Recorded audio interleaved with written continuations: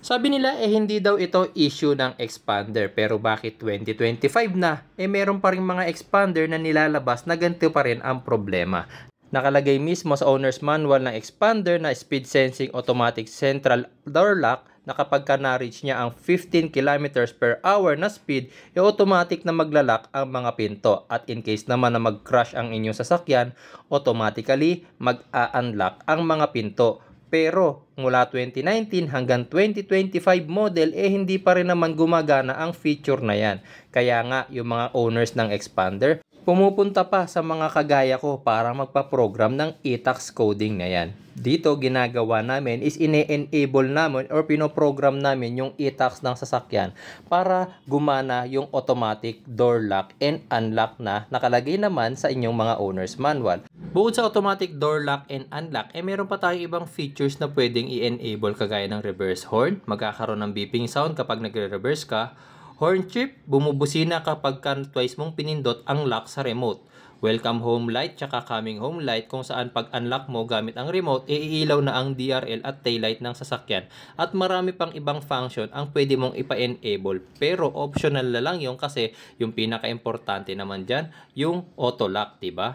Bali, ang proseso na to ay nagagawa gamit ang isang scanner na merong capability ng e-tax coding, at tumatagal ang proseso ng 5 minuto lang mga bossing. Siya nga pala, kapag may nagtatanong sa akin, nakaka-void daw ba ng warranty kapag nagpapa-e-tax coding? Actually, para sa akin, dapat hindi.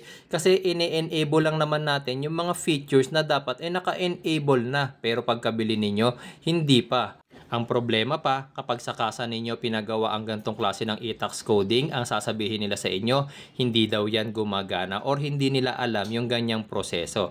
Huwag kayong mag-alala mga bossing, dahil ang e-tax coding na to is safe. Walang masisira sa inyong mga sasakyan as long as marunong ang gagawa. Siyempre, kailangan niya ng proper tool and proper knowledge sa pag-i-e-tax coding. Regarding nga pala sa kung anong mga model ang supported ng e-tax coding, actually, mula nang nirelease ang expander, may mga 2018 models pa, hanggang 2025 mapa automatic or manual transmission man yan, pwedeng i-e-tax coding. Walang magiging problema mga bossing. After every e-tax coding, lumalabas ang error na yan, transmission service required. Wala po tayong nasira mga boss, ang kailangan lang gawin, i-reset. Paano i-reset? Tatanggalin lang natin ang negative terminal ng battery for ilang seconds, tapos ibabalik na natin. Okay. So, yung mga in-adjust natin kanina, dito yun sir, no? Yung liter per kilometer kanina, 100 kilometers, ngayon na kilometer per liter na. Start natin sir. Okay. Lalapas lang naman dyan pag ano, di ba? Pag tumakbo na. Tapos, reverse beeping sound. Oh, yeah. Naririnig mo sir? Iba tunog ah. Sa labas, malakas ba? Wala. Hindi, yan, dito lang yan sa loob sir. Sa loob. Iba pala, iba na ang reverse beeping sound nyo ngayon. Dati, toot. Ngayon iba, mas modern ang tunog.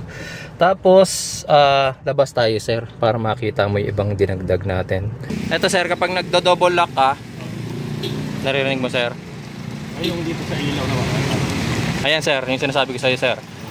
Kung una, ang mga expander sir, kapag nag-unlock ka, dati wala yung nakailaw na yan. Ngayon nakailaw na yan, DRL. Also rito sir sa likod. Ito sir. Yung tail light mo pag nag-unlock ka, umiilaw na rin yung LED light. Ayan. Sige sir, i-lock mo muna. Ay, unlock. Ayan, okay sir. Game.